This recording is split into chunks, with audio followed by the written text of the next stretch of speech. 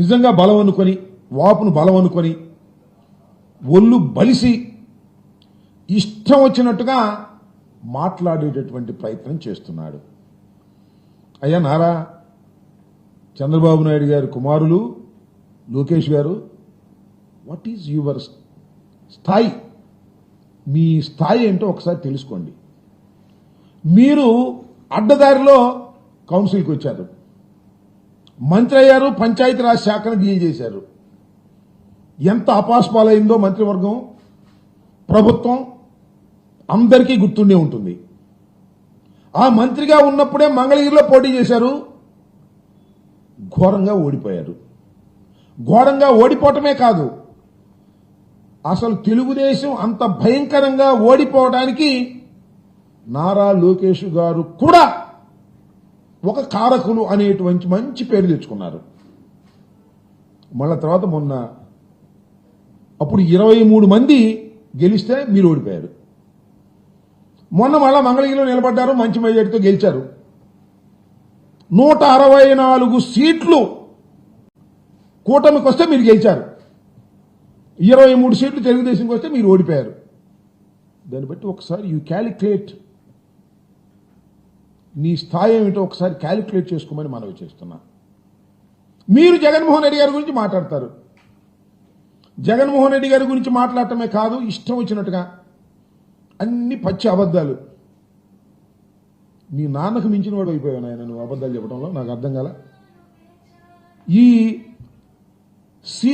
CBG, Reliance CBG compressed biogas ప్లాంట్లు ఏర్పాటు చేశారు.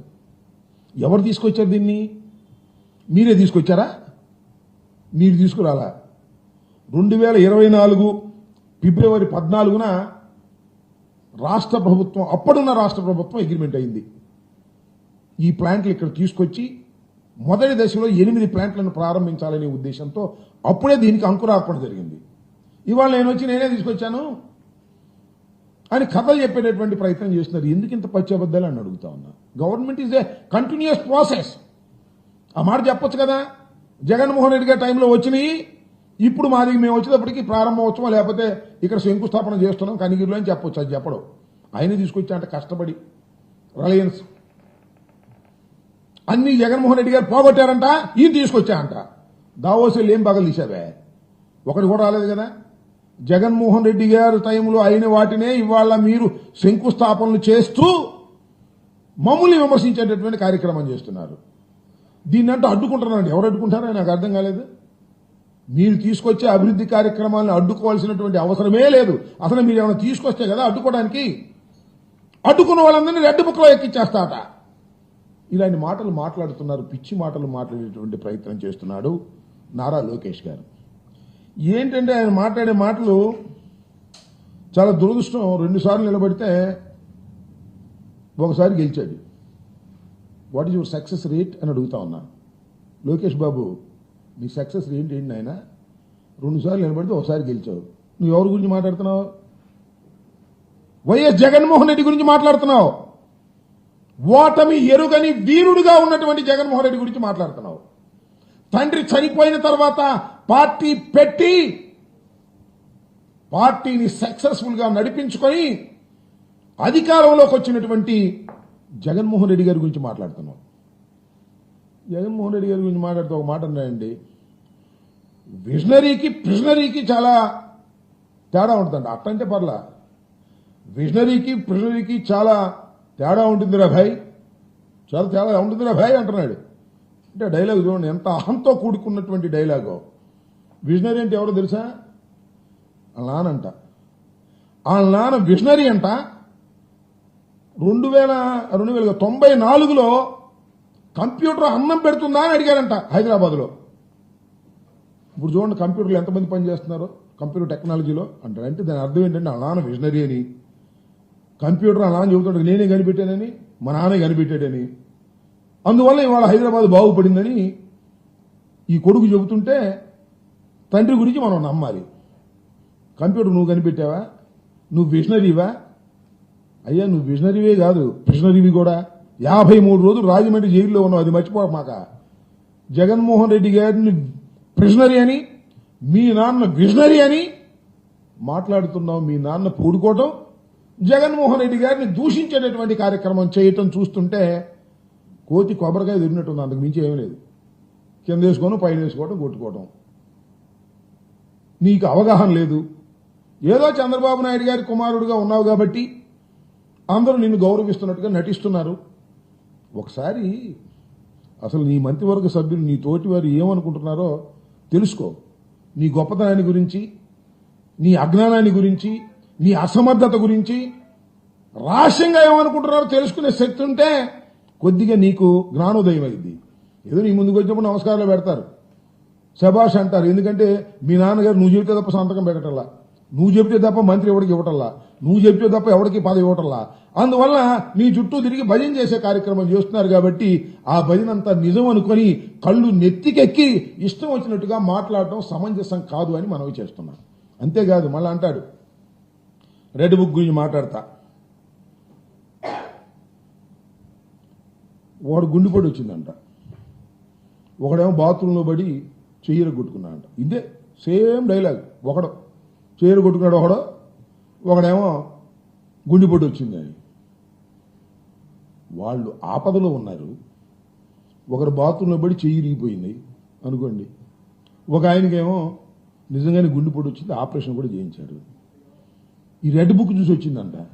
ఇవాళ రాష్ట్రంలో ఉండి కింద పడిపోయిన వాళ్ళు లేదా గుండెపోటు వచ్చిన వాళ్ళు నీ రెడ్ బుక్ చూసి వచ్చినట్ట. నాకు అర్థం కాలేదు. నాకు అర్థం కాక అడుగుతా ఉన్నా, ఏం మాటలు ఇవి?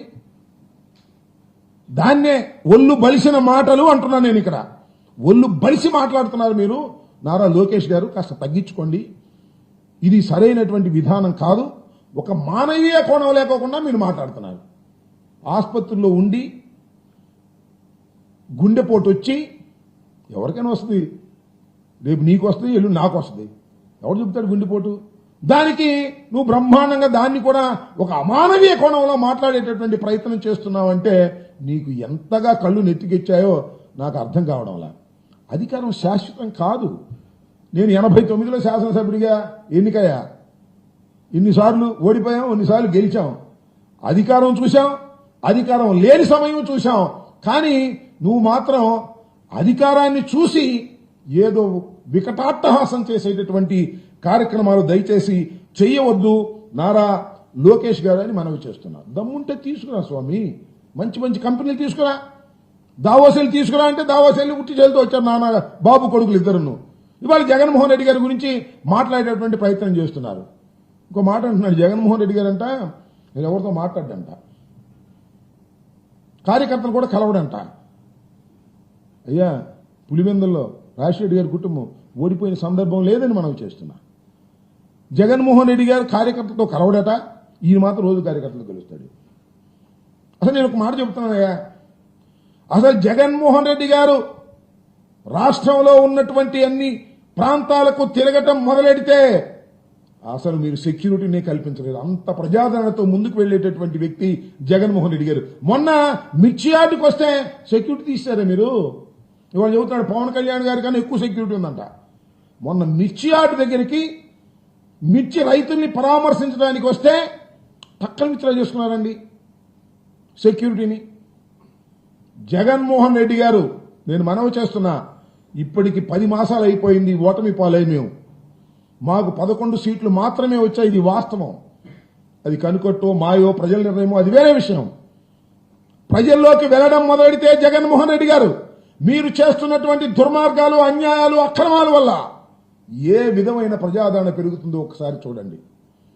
ఈ ఎండమావిని చూసి దాహం వేసి పరిగెత్తారయ్యా. మీరిచ్చినటువంటి హామీలు నిజమనుకొని భ్రమించి మీకు ఓట్లు వేశారు. ఇవాళ తలగొట్టుకుంటున్నారు. ఎందుకు వేశావురా బాబు మీకు ఓట్లు అనవసరంగా? ప్రతి నెల 1 తారీఖుకి అనేకమైనటువంటి కార్యక్రమాలు వచ్చి ఇంటికి చేరేవి, వాలంటీర్లు వచ్చి ఇచ్చేవారు. కానీ ఇవాళ ఏమీ లేక అల్లాడిపోతున్నాము అని ఇవాళ ప్రతి గ్రామంలోనూ పేద ప్రజలు బాధపడుతున్నటువంటి సందర్భం. జగన్మోహన్ రెడ్డి గారు పెళ్లికి వెళ్తేనే అంతమంది వస్తున్నారే, జగన్మోహన్ రెడ్డి గారు కార్యక్రమానికి వెళ్తేనే అంతమంది వస్తున్నారే. ఒక పార్టీ కార్యక్రమాలు నిర్ణయించుకొని ఇంకా 4 సంవత్సరాలు ఉంది, వెళ్లడం మొదలెడితే నువ్వు మీ నాన్నకి నిద్రపడదయ్యా, గుర్తుపెట్టుకోండి. అప్పుడు మీకు ఎవరికైనా అదేదో వచ్చినా కూడా ఆశ్చర్యం లేదని మనం చేస్తున్నాం. అలాంటి జగన్మోహన్ రెడ్డి గారి ప్రజా నాయకత్వంలో అలాంటి బలం ఉన్నటువంటి జగన్మోహన్ రెడ్డి గారి గురించి అవాకులు చవాకులు ఇష్టం వచ్చినట్టుగా మీరు మాట్లాడేటటువంటి ప్రయత్నం చేస్తున్నారు. విజనరీ ప్రిజనరీ అని మీ నాన్న వెళ్ళి 53 రోజులు ఉన్న విషయాన్ని మర్చిపోయావు. మీ నాన్న 53 రోజులు జైల్లో ఉంటే అడ్రస్ లేకుండా పోయావు. నువ్వు ఢిల్లీ పారిపోయావు, ఎక్కడున్నావో తెలియదు. ఇవాళ కాళ్ళ దగ్గరేసి కళ్ళు నెత్తికొచ్చి మాట్లాడుతున్నావు. రోజులు ఎప్పుడు ఇలా ఉండవు, మారుతుంటాయి. Up and downs. డౌన్లో కూడా ధైర్యంగా ఉండాలి. అప్పులో కళ్ళు నెత్తికెక్కి మాట్లాడకూడదని వాస్తవాన్ని పాపం తెలుసుకోలేని పసిరాజు ఆయన. ఇవాళ మాట్లాడుతున్నాడు, ఇష్టం వచ్చినట్టుగా మాట్లాడేటువంటి ప్రయత్నం చేస్తున్నాడు. వీడి గుర్తుపెట్టుకోండి. నేను ఇంకో మాట కూడా మాట్లాడా, నాకు ఆశ్చర్యం వేసింది. ఎవరు అడిగారు ధరల గురించి, పంటల గురించి. ఈ సంవత్సరం పంటలు అంట బాగా దిగుబడి బాగా పెరిగిందంట, అందుకని ధరలు పడిపోయినాయంట. ఎక్కడ పెరిగినాయా పసిరాజా? నాయన లోకేష్ రాజా, ఎక్కడ పెరిగి ఉత్పత్తులు ఎక్కడ పెరిగినాయి?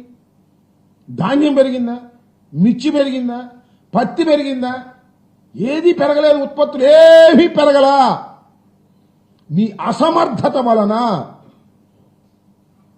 మీరు ఇంటర్వ్యూన్ కానందు వలన ధరలు పడిపోయాయి. రైతులు గగ్గోలు పెడుతున్నారు. ఇంకో మాట చెప్పాడు, మిర్చి అంట 11,500 రూపాయలు మద్దతు ధర ఇచ్చి నేనేనంట.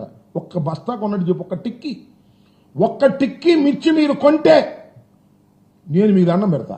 ఒక్క టిక్కీ 11,500 అంటారు. 11,500 కాదు, 11,781 అని చంద్రబాబు నాయుడు గారు శాసనసభలో చెప్పాడు. కేంద్రం కొంటుందని. ఒక్క టిక్కీ కొన్నట్టు చూపించండి నాకు. గుంటూరు మిర్చి యార్డులో కానీ, లేకపోతే మరొక చోట కానీ ఒక్క టిక్కెట్ కొనకొనలా. ఈనాడు ఆంధ్రజ్యోతిలో మాత్రం ఫ్రంట్ పేజీలు వేసుకునేటువంటి కార్యక్రమాలు చేస్తున్నారు. మొన్న ఎవరూ చెప్పలేదండి పాపం. రైతులు దించారు, దించితే 7,000కి 8,000కి అడుగుతున్నారంట క్వింటాలు. రోడ్డు మీదకి వచ్చి నుంచున్నారు. మేము ఏం చేయాలి అని ధర్నా చేశారు. పోలీసులు పెట్టి నెట్టించారు. మీరు ఇవాళ మీరు ఈ కౌరులు చెబుతున్నారు ఆయన లోకేష్ గారు. ఇది మితిమీరినటువంటి అహంకారంతో మీరు చేస్తున్నటువంటి పనులు. అదేమంటే రెడ్ బుక్. అవును, రెడ్ బుక్ తప్పే ఉంది. ఎవరు అడిగారు, ఏమండి పోలీసులంతా మీ రెడ్ బుక్ రాజ్యాంగాన్ని అమలు చేస్తున్నారంట కదా అంటే, తప్పే ఉంది. రెడ్ బుక్ రాజ్యాంగాన్ని అమలు చేస్తే రెడ్ బుక్లో ఏమి రాశాం? ఎవరు తప్పు చేస్తే వాళ్ళని శిక్షించాలని రాశా అంట. అది రెడ్ బుక్లో రాయటం ఎందుకు? ఎవరు తప్పు చేస్తే వాళ్ళని శిక్షించాలని చట్టాలు చెబుతున్నాయి కదా, కొత్త చట్టాలు ఏమి రాస్తా ఉన్నాయి? నాకు అర్థం కాల. నీకు పిచ్చెక్కి కాకపోతే, ఒళ్ళు బలిసి కాకపోతే రెడ్ బుక్లో పేర్లు రాస్తా అంట. ప్రాజెక్టులకు అడ్డం వస్తే రెడ్ బుక్లో పేర్లు రాస్తా. రెడ్ బుక్లో పెట్టి బెదిరించాలనేటువంటి ప్రయత్నం ఇవాళ నారా చంద్రబాబు నాయుడు గారి ఏకైక కుమారుడైనటువంటి మన నారా లోకేష్ గారు విర్రవీగి మాట్లాడుతున్నటువంటి సందర్భాలు మనం ఈ సందర్భంలో గుర్తు చేసుకోవాలి. ఇలాంటి పిచ్చి డైలాగులు చేసి ప్రజల దగ్గర ఏదో పొందాలని అనుకుంటే మాత్రం అది సరైనటువంటి ప్రయత్నం కాదని నారా లోకేష్ గారు తెలుసుకోవాలి. ఆయన ఎప్పుడు ఇలాగే ఉండదనే విషయాన్ని కూడా మీరు గమనించాలని కూడా ఈ సందర్భంగా మనవి చేస్తున్నాను. ఊరికినే అధికారం దొరికింది, మైక్ దొరికిందని విచ్చలవిడిగా మాట్లాడద్దు. మాట్లాడడం మంచి పద్ధతి కాదు అని వారికి సవినయంగా, ఆ పసిరాజాకి, ఆ పప్పు రాజాకి నేను సవినయంగా హెచ్చరిక చేస్తున్నాను. ఈరోజు మంత్రులతో చంద్రబాబు పక్క రాష్ట్రాల కన్నా మనమే ఇచ్చిన హామీలు ఎక్కువ అమలు చేస్తున్నాం అంటే, ఎక్కువ అంటే పక్క రాష్ట్రాలతో పోల్చుకుంటున్నాడు. ఇచ్చిన హామీలను ఎక్కువ అమలు చేస్తున్నావు. ఏం అమలు చేసావా చెప్పు, నాకు అర్థం కదా. అయ్యా నారా చంద్రబాబు నాయుడు గారు మీరు సూపర్ 6 అన్నారు. సూపర్ 6లో ఏం అమలు చేశారు చెప్పండి నాకు. గ్యాస్ 3 సిలిండర్లు అన్నారు, ఇచ్చారా? 3 సిలిండర్లు ఇచ్చారని చూపించండి నాకు. ఈ 9 మాసాల్లో లెక్కేస్తే 2 సిలిండర్లు ఇవ్వాలి, ఇచ్చారా? 1 సిలిండర్ ఇచ్చారు. మీరు బడ్జెట్లో కేటాయించింది ఎంత? పక్క రాష్ట్రాల కన్నా మేము బాగా చేస్తున్నాను పక్క రాష్ట్రానికి వెళ్ళి చెప్పమను. ఇచ్చినటువంటి హామీలను ఏ మేరకు నెరవేర్చారు నారా చంద్రబాబు నాయుడు గారు అని అడుగుతా ఉన్నా. అరే మందు బాబు, మందు, అరే మందు, బ్రహ్మాండమైన మందు, చౌకగా వచ్చేస్తాయి, నాణ్యమైన మందు అన్నారు. చేస్తున్నారు ఇప్పుడు. ఏ బ్రాండ్లు, ఏ కొత్త బ్రాండ్ ఉండి యాడ్ చేశారు. ఆ 99 రూపాయల కంటే బ్రాండు అది దాగితే అవుట్, అరగంటకి దిగుతుందన్న, మళ్ళీ వేసుకోవటమే. మందు ఎక్కడ మందు, అసలు ఇంటికి వచ్చేస్తున్నాయి మందు బాటిళ్ళు. మళ్ళీ స్విగ్గీ ప్యాకెట్లు లాగా స్విగ్గీ వాళ్ళు పెడతాయి, స్కూటర్లో తీసుకొచ్చి ఇంటికాడ ఇచ్చేస్తున్నారు. అంతేకాదు బెల్ట్ షాపులు ఊర్లో 20 రూపాయలు ఎక్స్ట్రా తీసుకోవటం, బెల్ట్ షాపులు పెట్టేయటం. ఇదే మమ్మల్ని విమర్శించారు కదా మందు గురించి, ఏం చేశారని అడుగుతా ఉన్నా. మందు బాబుల్ని మొత్తాన్ని మోసం చేశారు. ఇవాళ వాళ్ళు మందు వేసుకుని కొద్ది కిక్కంగానే ముందు తిట్టేస్తున్నారు, చంద్రబాబు తిట్టేస్తున్నారు. ఏందండి ఇది, ఆ మందుకి ఈ మందు ఒకటేగా, అప్పుడు కన్నా రేట్ ఎక్కువ అయిపోయింది అనేటువంటి పరిస్థితుల్లో ఇవాళ ఉంటే ఇచ్చిన ప్రతి హామీని తొంగలు దొక్కారు. ఒకటి మాత్రం చేశారు, దానికి ఒప్పుకుంటాను నేను, ఆ 4,000 ఫ్యాషన్. నిజం ఒప్పుకోవాలి కదా, తమ్ముడు తనోడైనా వాస్తవం చెప్పమని అది ఒకటి చేసి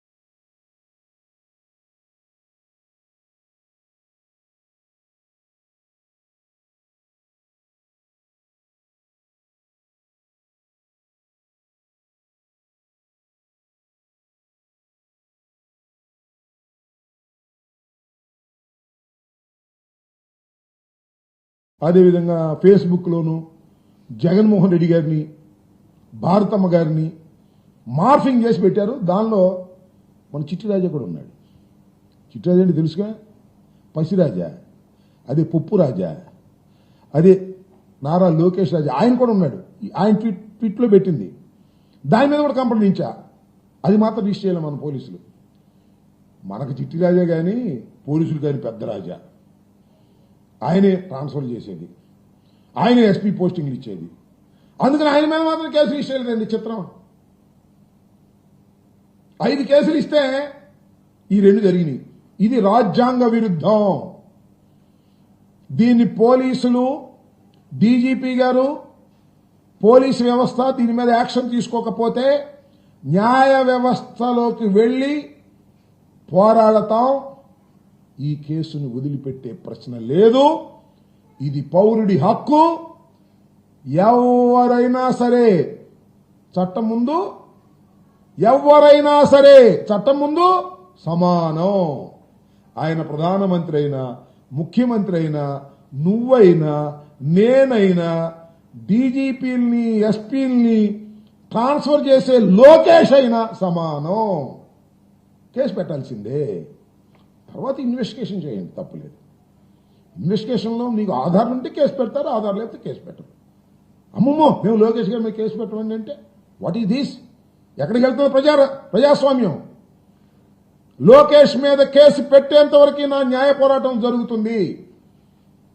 కేసు రిజిస్టర్ చేసేంత వరకు నా న్యాయ పోరాటం సాగుతుంది. దీనిలో వెనక్కు తగ్గే ప్రశ్నే లేదు. చట్టం ముందు లోకేష్ అయినా, లోకేష్ నాన్నగారైనా, నేనైనా, నువ్వైనా, ఎవరైనా సమానమే అని నిరూపించడమే నా ముందున్న ప్రస్తుత కర్తవ్యం ఈ కేసులో. దీనికి తుది వరకు పోరాడతాను. నాకు లాయర్ ఫీజు కూడా లేదు, నేనే వెళ్ళి ఆర్గ్యూ చేసుకుంటున్నాను. That is the provision given by the constitution. ఎవరి కేసు వారు వాదించుకోవచ్చు. నా కేసు నేను వాదించుకుంటా. నాకు కొంత లా పరిజ్ఞానం ఉంది కాబట్టి ఇంకొద్దిగా బాగా వాదించుకుంటా. చాలా మంది సలహాలు తీసుకుంటా. కాబట్టి నాకు ఫీజు లేదు కాబట్టి నడుస్తూనే ఉంటా. ఒక రోజు వెళ్తాం. నేను వెళ్ళాం, కూర్చున్నాం, కోర్టు వారి ముందు హాజరయ్యాం, ఆర్గ్యుమెంట్ చెప్పాం. వారు మళ్ళా 16వ తారీఖు వాయిదా వేశారు. 16 తారీఖు వెళ్తాం, 16 తారీఖు మళ్ళా కోర్టు వారికి విన్నవిస్తాం. దీని తుది వరకు పోరాటం సాగుతుంది. నాదంతా ఒకటే అధ్యాయం. నేను ఎవరి మీద కేసు పెట్టానో అది కాగ్నిజబుల్ అఫెన్స్ కాబట్టి వారి మీద కేసు రిజిస్టర్ చేయవలసింది. ఆయన అయ్యన్న పాత్రుడైనా చంద్రబాబు నాయుడు గారి కుమారుడు లోకేష్ అయినా కేసు రిజిస్టర్ చేసేంత వరకు నా పోరాటం కొనసాగుతుంది. ఓకే.